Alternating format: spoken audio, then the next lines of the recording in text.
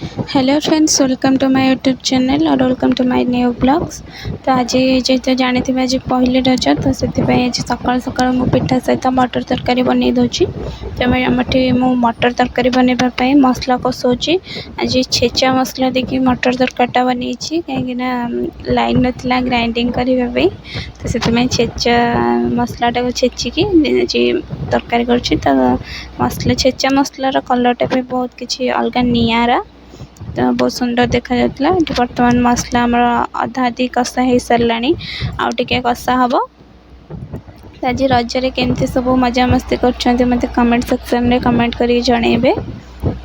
आज जेहेतु पहली रज तो मु तो बहुत खुशी मत जो खुशी हबार कारणटा है कि नुआ ड्रेस पिंध कि नुआ शाढ़ी पिंध सजबाज हम। तो रजरे 3 दिन जाक बहुत किसी अलग मजा निरा। तो एपटे मु इडली पिठा बनवाई इडली छाँचे पिठा बसी जाइए।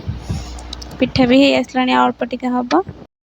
बर्तमान देखु सांग मैंने तरकारी आमर फुटी सारा आउ टिके गले हो तरकारी। एपटे पिठा भी आमर हो सारा। तो बर्तमान सांग मैंने तो मो पिठा ठीक खावाई आनी मोर सकाळ ब्रेकफास्ट भी हो। जी तो पहली रज आज तो पहली रज पिठा न खाइले तो किसी हेनी नागन सांग मैंने तो ये मो पिठा आनी सहित मटर तरकारी घुगुनी कहले भी चली पारे घुगुनी। तो कलरटा मत बहुत सुंदर देखा मटर तरकारी टेस्ट कलापर जना पड़ो तरकारीटा कौन है भल है ना खराब है। भल तो हो कलर ऊपर टेक्सचरटा एत सुंदर देखा तो भल हो। तो एपटे पिठा मु देखुली नरम हो नहीं तो नरम भी हो जाए कहीं मु बिरी चाउल न पकईकी बिरी दिहरे मु इडली वाला सुजीटा पकईकी पिठा आज बन पूरा नरम हम। दीपर टाइम पे मुझे तरकारी बनाऊँ माछ तरकारी सेपटे मु भात करदे डाली भी हो जाए बस खाली माछ तरकारी बनइबी। माछ तरकारी तेल टे पकईदी पियाज टे फ्राए करदेली मसला पेस्ट करके रखी से पेस्टा पकईदेली। तो ये मसला कषाऊँगी मुझे किसी मसला भी पकेबाक नहीं गुंडा मसला हरिका भी किसी पकेबाक नहीं बस खाली टे हल्दी पकई और लुण पकई बस अल्प टे लुण पकई मसला पकाऊँगी। यहाँ लंका गुंड पकईली लंका गुंड आपण जी राग खाइबे तो राग हिसाब से ही आप पकेबे। तो ये किसी काश्मीर चिली पकईली कलर आसवाई तरकारीटा टे रेड रेड कलर न आसले तरकार कलरटा बिल्कुल भी सुंदर आसबनी। तो ये आगुरी लुण टे पकई तो ये आप स्वाद अनुसार लुण पकई पारे। बर्तमान मुझे धनिया पाउडर देली धनिया पाउडर देले तार टेस्टा टे अधिक आसो। कि जीरा पाउडर देली चिकेन मसला टे अधिका देबे माछ तरकारी जेहेतु चिकेन मसला टे अधिका देबे टेस्ट आसवाई। मसला आगुरी हल्दी भी दे देती राग भी पकईली जेहेतु लंका गुंडा तो आप टेस्ट हिसाब से आप लंका पकई पारे जदि राग खाते तो आप लंका गुंड को भी स्किप करें। तो ये मसलाटा टे तले लगु जाता बोली पानी देदेली जहाँद्वारा कि मसलाटा तले लगनी जब तले लगिगला मसलाटा ताल तरकार टेस्ट बिल्कुल आसबनी कहीं पिताड़िया टे लगे पिता पिता। मसलार कलरटा भी बहुत सुंदर देखा जाउछि कषि भी आसला मसला आमर कषा हो सारा मत तो कलरटा बहुत सुंदर देखा आपण मानक केमती कलर देखा तो मत कमेंट बॉक्स रे जनइबे। तो मत आपण मैंने किए भी भल पाऊना कमेंट्स भी करूना आपण को बिना तो मो किसी करें तो आपण मैंने जो मत सपोर्ट करेंगे मो आगू आगू भी बहुत भल भल वीडियो आनी पारि आपण पाखक। तो ये आगुरी आलूटा जो फ्राए करके रखी तो से आलूटा भी देदेली एपटे माछ भी मुझे भाजिकी रखीदे आलू दे देकी 5 मिनट खंडे 5 मिनट हम टे कषेबे आलू सहित मसलाटा एमती टे एब्जर्व हो रही कषि देदेले टेस्टा टे अलग आसो। तो ये आलू भी आलू सहित मसला मु कषि सारे। तो ये आप मेम्बर फैमिली मेम्बर हिसाब से तरकारी केते क्वांटिटी करेंगे तो से हिसाब से आप पानी देवे जी आमर अल्प मेम्बर्स फैमिली तो मुझे हिसाब से पानी आदि देली। तो ऊपर कलरटा बहुत सुंदर देखा। तो यहाँ हूँ मोर राजा पिक राजा आज सजे है फटो फटो उठे आज बहुत मस्ती करी रील्स भी बनई देची। आपड़ यदि रील्स देखा कथा तो मो इंस्टाग्राम आईडी आप पाइबे मो वीडियो। तो एपटे दिन जाक जहाँ मजा मस्ती है। तो तापर संध्या बेले हजबैंड आनी चिकेन आनी चिकेन बनवाई। तो ये चिकेन आनी तो मु खाला बेलू रोसे करी भाविली। तो काले चिकेन नष्ट हो तो तादेह टे लुण हल्दी आउ टे तेल देकी भलसे मिक्स करदे मैरिनेट करके रखिदेले बहुत सुंदर आसो। तो ये बर्तमान मैं चिकेन को बहुत भलसे मैरिनेट करके रखीदे जहाँद्वारा कि घंटे 1.5 घंटा डिले हो गले भी किसी भी खराब हेनी कि नष्ट हेनी जमती थी सेमती पूरा फ्रेश फ्रेश हो चिकेनटा।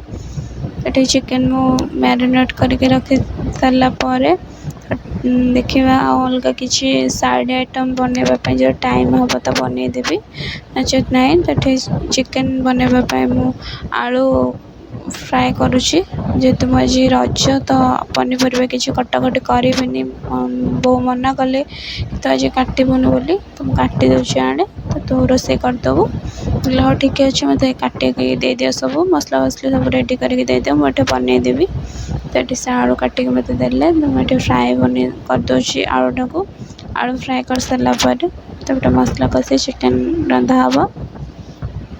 तो आलू ए साइज रे मु कट करी तो आलूर कलरटा भी मत बहुत भल तो ब्राउन ब्राउन कलर करेंगे आलूर कलरटा ब्राउन कलर आसी सारापर जे आलूटा को काढ़े ना बिल्कुल भी भल देखाबनी टेस्ट तो भल आसो किंतु तरकार कलरटा टे खराब आसो। तो से मु आलूटा को बहुत भलसे ब्राउन है जाए फ्राए करदे आउ टे हम आलू फ्राए है कलरटा तार आसा को नहीं। तेबे आलू आम फ्राए हो गला तो आम बाहर करदे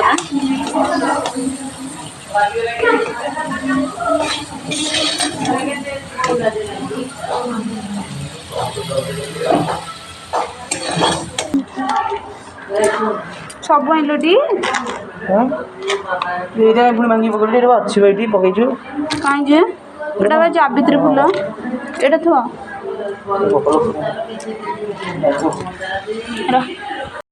तो वर्तमान फ्रेंड्स देखो ये पियाज मुझे काटिक रखी किसी गोटा मसला पूरे टमाटो प्यूरी अदा रसुण पेस्ट आठी जो आलू फ्राए करके रखी से तेल रे चीनी दे दीजिए कलर आसापी।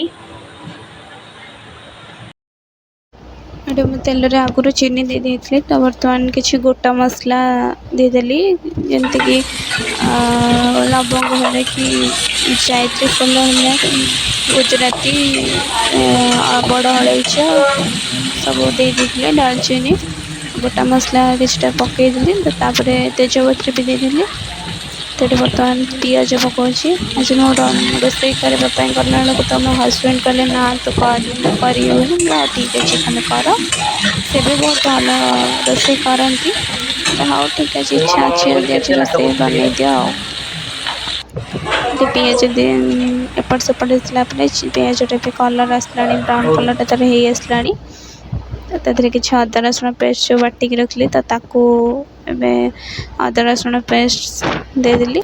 तो ये से रोसे सब करदे तो मुझे हेल्प करदे केत कौन सब जिनस पकेवा दरकार तो पकई दौर सी करदे। ये मसला तले टे लगी जाता पानी देदेली तो बर्तमान मु हल्दी दे देची लंका गुंड भी दे देची चिकेन तरकारी टे लंका गुंड अधिक पकेबे ना ଟେଷ୍ଟ ଆସିବନି, ରାଗ ରାଗ ଯଦି ନ ଲାଗିବ। ତ ଲଙ୍କାଗୁଣ୍ଡ ପକାଇଦେଲି। କଲର୍ଟା ଦେଖନ୍ତୁ, ଲଙ୍କାଗୁଣ୍ଡ ହିଁ କଲର୍ଟା କେତେ ସୁନ୍ଦର ଆସୁଛି। ତାପରେ ମୁଁ ଏଠି ଲଙ୍କାଗୁଣ୍ଡ ପରେ କାଶ୍ମୀର ଚିଲି ପକାଇ ଦେଇଛି।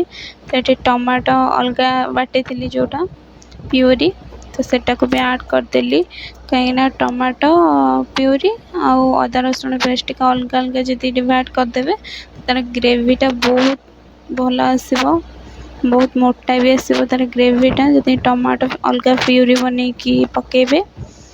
ତ ସେଥିପାଇଁ ମୁଁ ତାକୁ ଡିଭାଇଡ଼ ବନେଇ ଦେଇଥିଲି। ସେଠି ଲୁଣ ଦେଇଦେଲି।